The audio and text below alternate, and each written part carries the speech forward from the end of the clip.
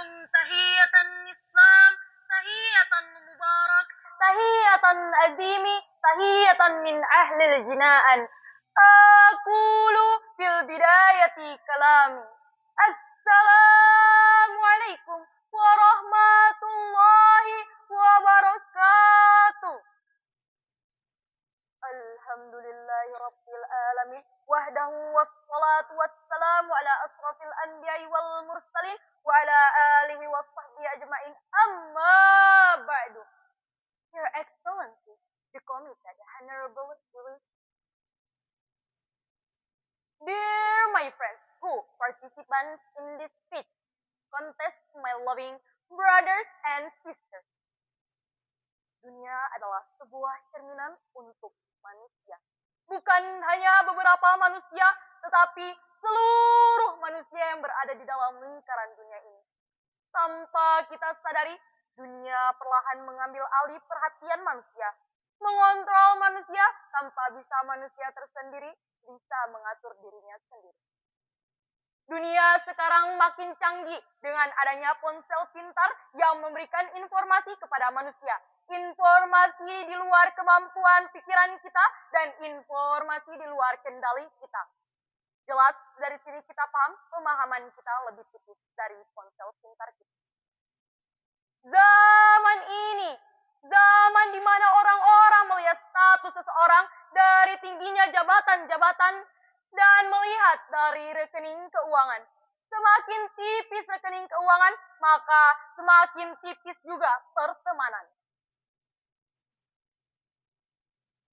Mereka akan melihat orang-orang yang tidak memiliki uang dan akan merendahkannya. Mereka akan menilai dari sisi pakaiannya, mereka akan melihat dari sisi cincinnya, mereka akan melihat dari status sosialnya. Tanpa mereka sadari, ada beberapa orang yang ingin mencari nama baik mereka dengan cara menelusuri seluruh internet untuk mencari pinjaman online yang bisa kita sebut dengan pinjol. Apakah pinjol dapat berkembang di dunia ekonomi?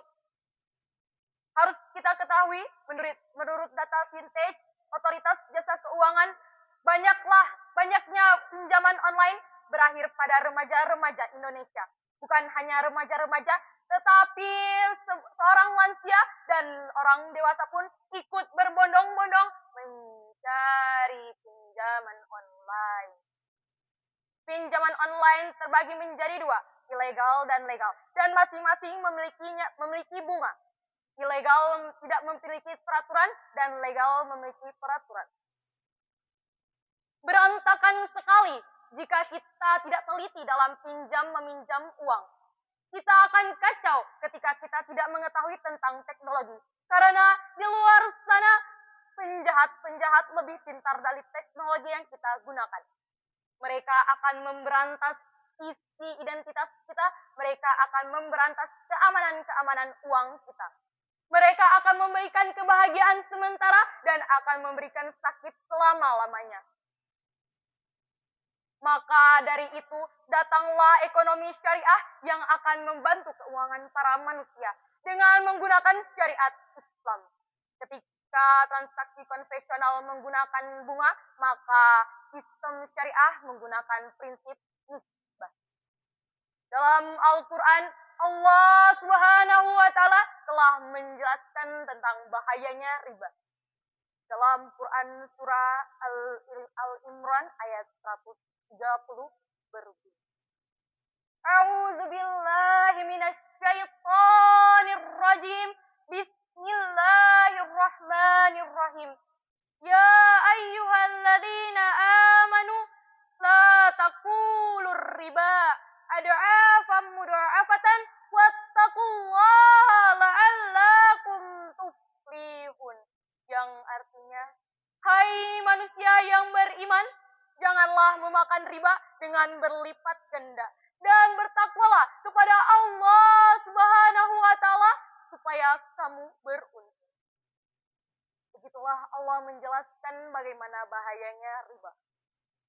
Dan untuk orang-orang yang meminjamkan uang untuk orang lain, Janganlah sekali-kali jika sudah mempunyai uang tidak membayarnya.